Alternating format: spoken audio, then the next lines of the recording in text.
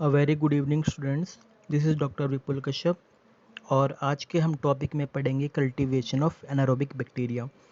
Last slide में हमने पढ़ा था प्री रिड्यूस्ड मीडिया, जो कि आइसोलेशन ऑफ एनारोबिक बैक्टीरिया के लिए यूज़ होता है। आज हम कुछ और तरीके पढ़ेंगे जिससे हम एनारोबिक बैक्टीरिया को कल्टीवेट कर सकते हैं। सबसे पहला है एनारोबिक चैम्बर।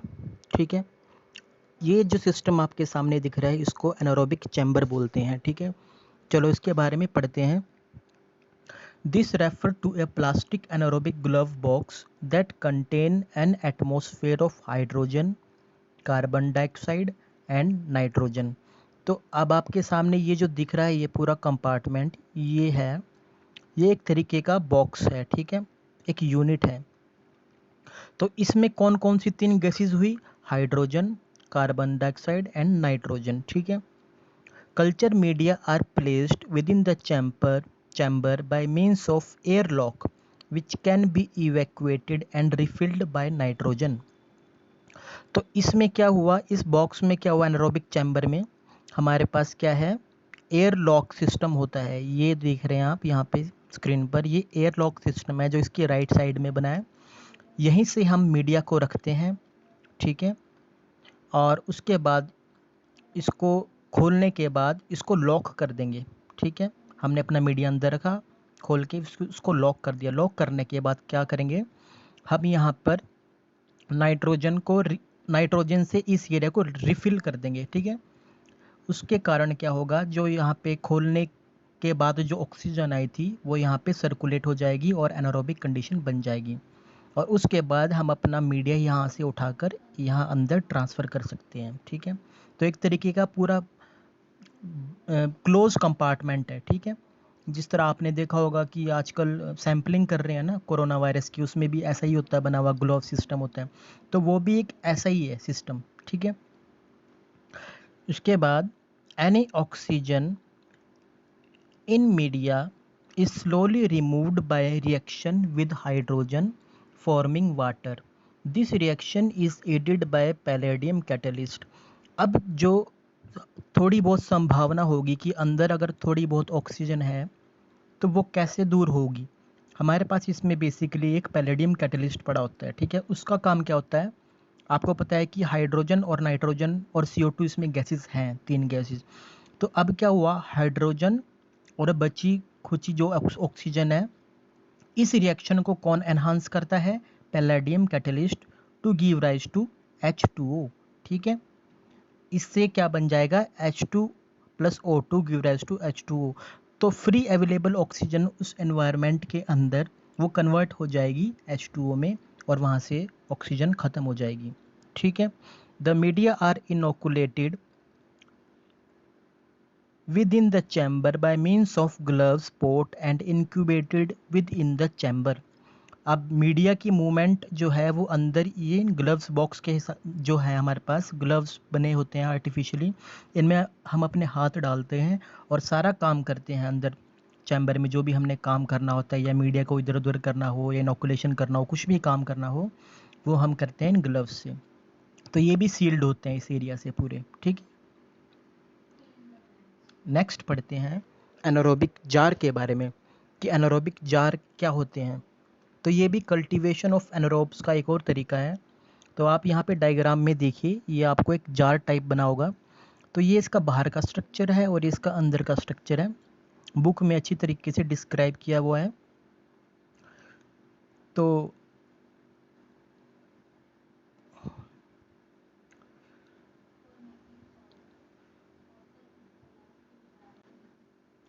आप यहाँ पे देख सकते हैं, the inoculated media are placed in the jar along with hydrogen and carbon dioxide generating system। तो बेसिकली क्या है, ये जो आपका एनारोबिक जार है इसमें क्या होता है, इसमें आप ये देख रहे हैं ना, ये एक गैस पैक सिस्टम होता है इसके अंदर।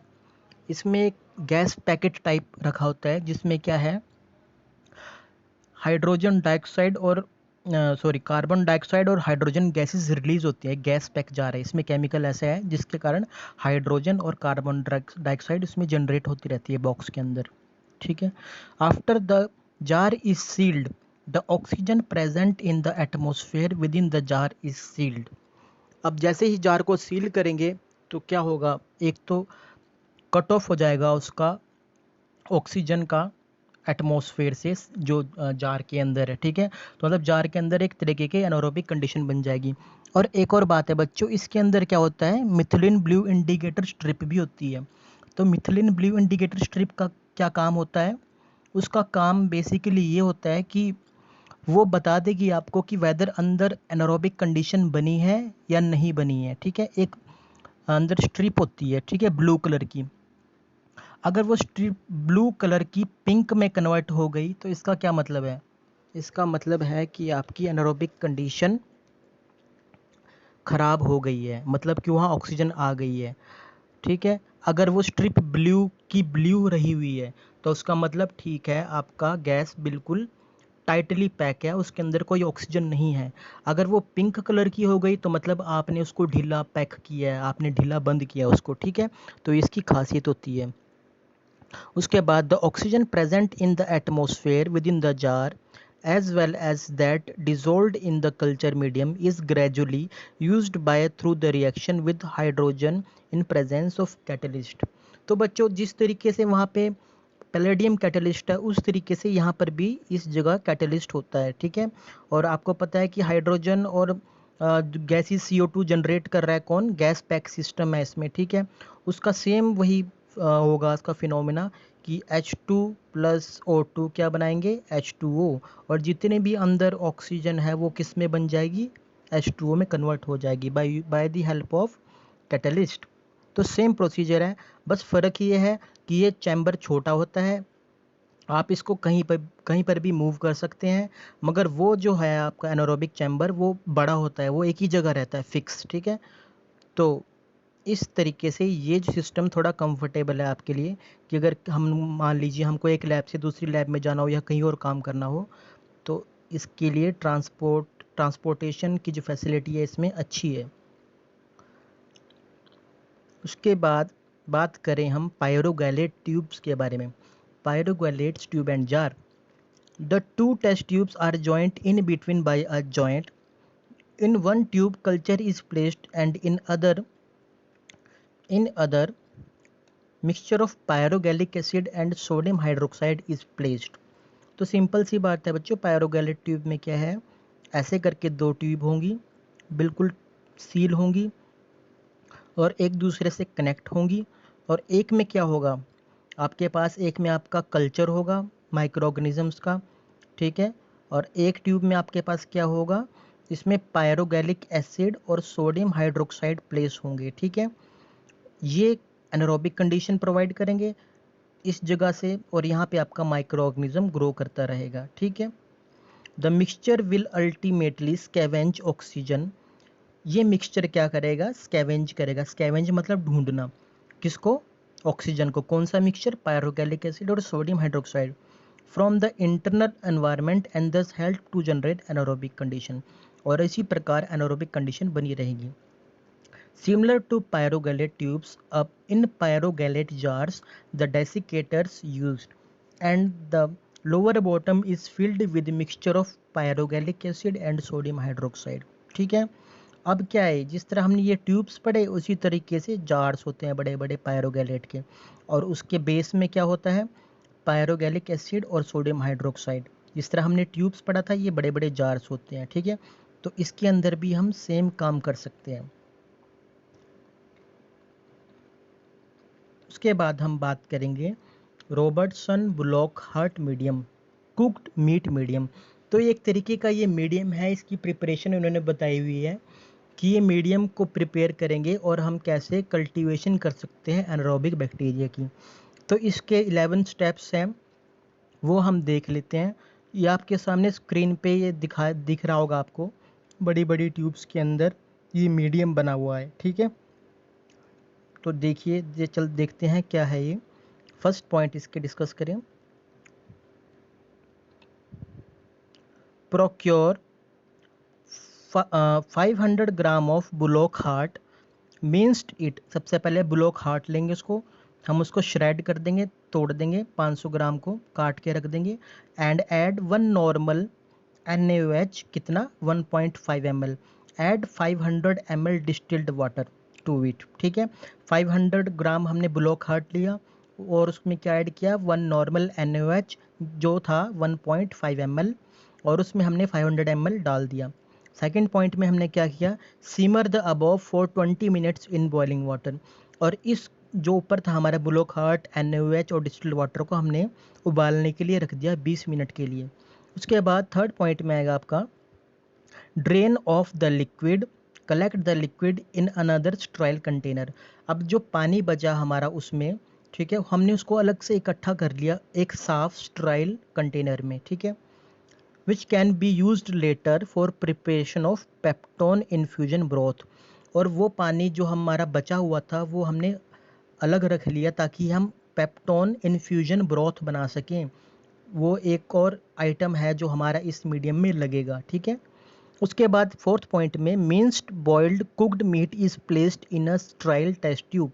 अब हम क्या करेंगे, जो हमारे पास बॉइल्ड वो कुक्ड मीट के हिस्से थे ना, क्योंकि हमने पानी तो अलग कर लिया था पेप्टोन इन्फ्यूजन ब्रोथ के लिए, तो हमारे पास मिंस्ड ब्रोथ जो बॉइल्ड कुक्ड मीट है वो हमने किस में प्लेस कर लिया, अलग से स्टेराइल टेस्ट ट्यूब में। ठीक है, फॉर द फिफ्थ पॉइंट देखें, for the preparation of peptone infusion broth use the drained liquid. ठीक है, पेप्टोन इन्फ्यूजन ब्रोथ के लिए हमने क्या, जो ड्रेन्ड लिक्विड था हमारे पास उसमें 500 ml था, उसमें हमने पेप्टोन डाल दिया 2.56 ग्राम, NaCl डाल दिया। ठीक है, तो इस पेप्टोन इन्फ्यूजन ब्रोथ में हमने क्या क्या डाला, पेप्टोन और NaCl डाल दिया। उसके बाद सिक्स पॉइंट में देखें, स्टीम फॉर 20 मिनट्स, हमने इसको स्टीमिंग करी 20 मिनट्स एट 100 डिग्री सेल्सियस और उसको कूल कर दिया। ठीक है, इतना आ गया समझ। उसके बाद सेवन्थ पॉइंट देखिए, add 1 ml of pure HCl and filter. उसके बाद हमने पेप्टोन इन्फ्यूजन ब्रोथ में क्या किया, add 1 ml of pure HCl and filter, फिर हमने उस पूरे सॉल्यूशन को फिल्टर कर लिया पेप्टोजन इन्फ्यूजन ब्रोथ को। फिर एट्थ पॉइंट देखिए, adjust pH 8.2 and steam for 30 minutes at 100 degree Celsius. उसके बाद हमने उस इन्फ्यूजन ब्रोथ की pH 8.2 एडजस्ट करी and steam for 30 minutes and 100 degree Celsius. हमने उसको दोबारा स्टीम किया 30 मिनट्स के लिए और 100 डिग्री सेल्सियस के टेम्परेचर पे उसको स्टीम किया आधे घंटे के लिए। उसके बाद नाइन्थ पॉइंट पे देखिए, एडजस्ट pH 7.8। उसके बाद हमने दोबारा से pH कितनी एडजस्ट करी पेप्टोन इन्फ्यूजन ब्रोथ की, 7.8। ठीक है, उसके बाद 10th पॉइंट देखेंगे, add the peptone infusion broth to the tubes with minced cook meat. अब आपको पता था कि हमने अलग से टेस्ट ट्यूब में मिंस्ड कुक्ड मीट के हिस्से रखे हुए थे। ठीक है, मीट के हिस्से रखे हुए थे काट के, उसमें हम ये पेप्टोन ब्रोथ डाल देंगे। ठीक है, in such a way that level of peptone infusion broth should be 2.5 centimetre above the level of cooked meat। यहाँ पे देख सकते हैं आप, ये कुक्ड मीट है, इस तरीके से डालना कि ये पूरा कुक्ड मीट ढक जाए, कहाँ तक हाइट चली जाए, 2.5 सेंटीमीटर एंड अबव। ठीक है, इसके ऊपर तक पूरा भर देना है ये आपने infusion broth. Adjust the pH 7.8 and autoclave. उसके बाद हमने क्या करना है, इसकी pH दोबारा से एडजस्ट करनी है 7.8 और इसको ऑटोक्लेव कर देना है। तो ये हमारा क्या बन गया, एक तरीके का मीडियम बन गया। ऑटोक्लेव करने के बाद हम क्या करेंगे, इसमें इनोकुलेशन करेंगे। ठीक है, अपने कल्चर मीडिया की। ठीक है, इनोकुलेशन करेंगे और इनोकुलेशन करने के बाद इनोकुलेशन होता है ऐड ऑफ अपना culture, addition of our desired microorganism in the media is inoculation. तो हम अपना इनोकुलेशन कर देंगे ऑर्गेनिज्म इसके अंदर। ठीक है, और वो क्या ग्रो करेगा, जिसके बाद हम उसको प्लेट्स के ऊपर इंक्यूबेट कर देंगे और एनारोबिक जार के अंदर इसको रख देंगे प्लेट्स को, ताकि ये कल्टीवेशन हो सके इन बैक्टीरिया के। ठीक है, तो ये था different ways bye anaerobic bacteria can be cultivate in the laboratory. Thank you.